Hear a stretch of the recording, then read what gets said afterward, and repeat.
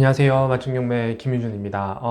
오늘은 요새 많이들 이슈가 되죠. 많이가 이슈가 되는 부분을 좀 보려고 합니다. 뭐냐면 지난번에도 제가 영상에서 한 번은 말씀을 드렸어요. 그 깡통 전세가 뭔지에 대해서 한번 말씀을 드렸는데, 제가 물건을 찾던 중에서 완벽하게 깡통 전세 예시로 보여드릴 게 좀 있어서 그 부분을 제가 좀 자세하게 좀 말씀을 드리려고 합니다. 그래서 오늘 말씀드리려고 하는 물건은 어떤 추천 물건은 아니고, 이런 게 깡통 전세다, 그래서 어떤 거를 좀 더 예의주시해서 봐야 되고 자세히 보셔야 된다, 이거를 제가 말씀을 좀 드리려고 합니다. 내 돈은 남이 지켜주지 않아요. 내 자신이 지켜야 됩니다. 그래서 그런 부분을 좀 말씀을 드리려고 해요. 그래서 한번 말씀을 드려 보겠습니다.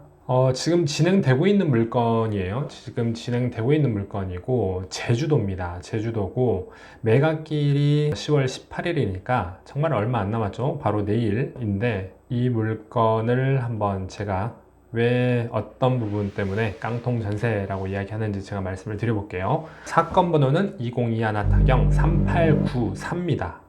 위치가 어디냐면 제주특별자치도 제주시 3도 1동, 이게 빌라예요. 다세대 빌라인데 풍요로운 빌이라고 이제 다세대 빌라입니다. 전체적으로 한번 쭉 말씀을 드려볼게요. 일단은 감정가는 2억 1,400이 나왔고, 대지권 건물 면적 18.89평이니까 제 생각에 한 방 3개, 화장실 2개, 한 그 정도 되지 않을까 싶어요. 이게 전용이니까 공급으로 따지면 좀 더 넓어질 거고, 지금 임의 경매입니다. 그리고 5월 달에 진행이 됐는데 유찰됐고, 한번 매각이 됐다가 미납을 해서 지금 이제 진행 중인 거예요. 먼저 사진부터 보면, 지금 이게 1층은 필로티처럼 해서 주차장이고, 2, 3, 4, 5층, 그리고 하나 또 보이긴 하는데, 위치는 이렇게 하면은 동이죠. 동남, 서. 그러니까 이 호실이 좋긴 하겠네요. 향적으로 봤을 때는. 그리고 위치는 이렇게 돼 있는데, 여기가 제주시 신시가지가 아니고 구도심 쪽일 겁니다. 구도심 쪽이고, 예전에는 이쪽이 이제 아무래도 좀 활발했는데 여기는 많이 죽었고, 저기 연동이나 노영동 이쪽이 이제 좀 더 신시가지라고 이야기를 하죠. 그래서 사진은 많이는 없는데 쯤에서 보고, 제가 오늘 말씀드리려고 하는 거는 내용이죠. 내용인데 제가 자세하게 한번 말씀을 드려볼게요. 어떤 부분 때문에 이런 거를 좀 조심해야 되고 예의주시해야 된다라는 거는 어떤 부분인지 말씀을 드려보면, 이거는 지금 말씀드렸으니까 넘어갈게요. 그리고 이것도 지금 매각 물건에 대한 정리된 건데 한번 말씀을 드려볼게요. 일단은 가격 시점, 감정평가 했던 금액 5층에서 4층 이렇게 해서 2억 1,400 나왔다. 한번 미납돼서 이제 진행이 된 거고, 지금 임차인이 있죠. 임차인이 있고 전입일자 확인하시면 되고요. 19년 12월 20일 확정일자도 제대로 잘 받았어요. 배당 요구도 했죠. 배당 요구 종기일 이전에 했습니다. 근데 이게 중요한 게 아니에요. 지금 임차인이 가장 큰 실수를 한 게 있습니다. 일단은 전입일자, 확정일자, 배당 요구는 적법하게 잘했을지 모르겠지만, 일단은 보증금이 전세인데 1억 5천인데 이걸 잘못한 거예요. 지금 이걸 잘못했어요. 왜 잘못했냐?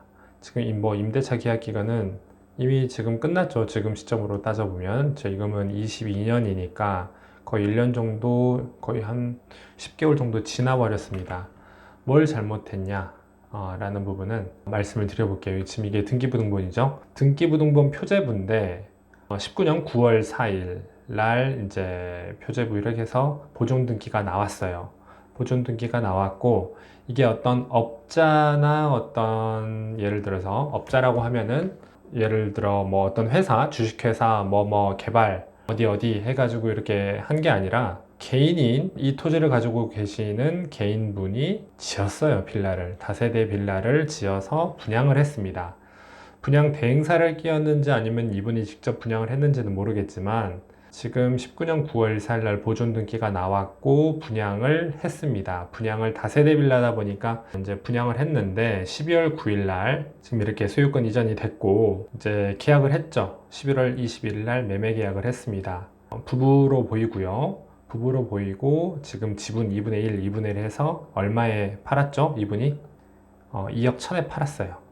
2억 1천에 팔았고 지금 이제 갑구다 보니까 소유권에 관한 내용들이 쭉 나와 있는데 이거는 일단은 차치하고 넘어가고 을구로 볼게요. 소유권 이외의 것들 을구로 지나가서 한번 쭉 보면 지금 근저당이 설정이 되어 있습니다. 아까 소유권 이전한 게 2019년 12월 9일이에요. 12월 9일 날 잔금을 하면서 대출을 받았죠. 제주은행.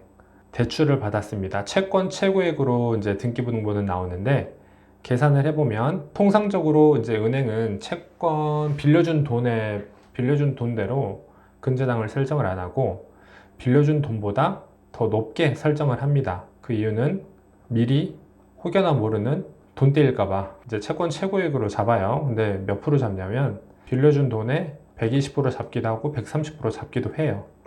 이제 은행마다 약간씩 다릅니다만 그렇게 잡고 지금 120% 잡았어요. 제주은행에서는. 그러면 실질적으로 이분이 대출을 받은 게 1억 3천입니다. 1억 3천이고 아까 얼마에 샀죠? 2억 1천에 샀어요.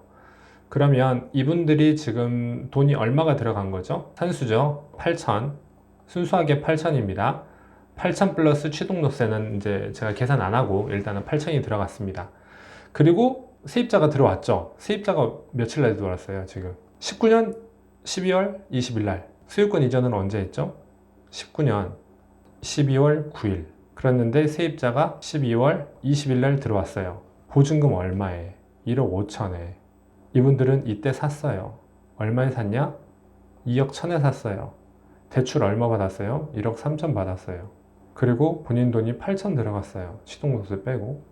근데 1억 5천에 전세를 들어갔다. 이게 말이 안 되는 거예요, 말이. 왜 말이 안 되냐? 그러니까 누가 잘못했다라고 볼 수가 없어요. 이거는 가장 중요한 거는 공인중개사 소장님이 이야기를 해줘야 됩니다. 이야기를 해줘야 돼요. 왜 그러냐면 이제 통상적으로 이제 우리는 부동산 계약을 할 때 등기부등본을 다 떼서 확인을 해주죠. 예를 들어서 제가 집을 구한다고 하면 소장님이 이 집에는 등기부등본을 떼 보니까 대출이 얼마가 있습니다.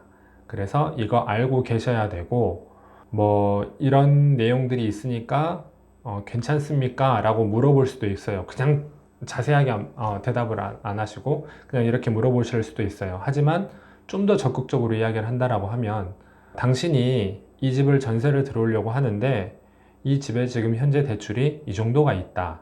이 정도가 있으니 만약에 당신이 이 집에 대해서 경매로 넘어가게 되면 당신의 돈은 지킬 수가 없을 수도 있다. 못 지킬 수가 있다라는 말을 한다라고 했다면 이렇게 보증금을 높게 안 했겠죠. 그런데다가 선순위면 상관이 없어요. 근데 후순위예요, 이분들이. 이분이 지금 후순위입니다. 후순위면 하나도 뭐 받아낼 수 있는 게 없어요. 게다가 이제 후순위라고 해서 배당 순위라도 높다라고 하면 상관은 없어요. 그래도 조금 더 받을 수 있습니다. 그런데 지금 후순위도 저 뒤에 있어요.